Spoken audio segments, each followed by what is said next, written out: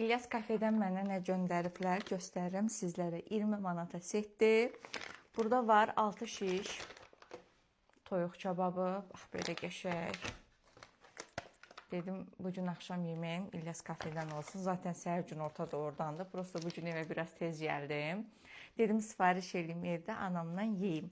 Mama, 60 ilin ev arvadısan. Heç belə kebab pişirə bilirsən. Belə qəşəng, ləzzətli, dadlı. Buna bax, doyumlu. Burada nə görürsünüzsə, hamısı 20 manatdır.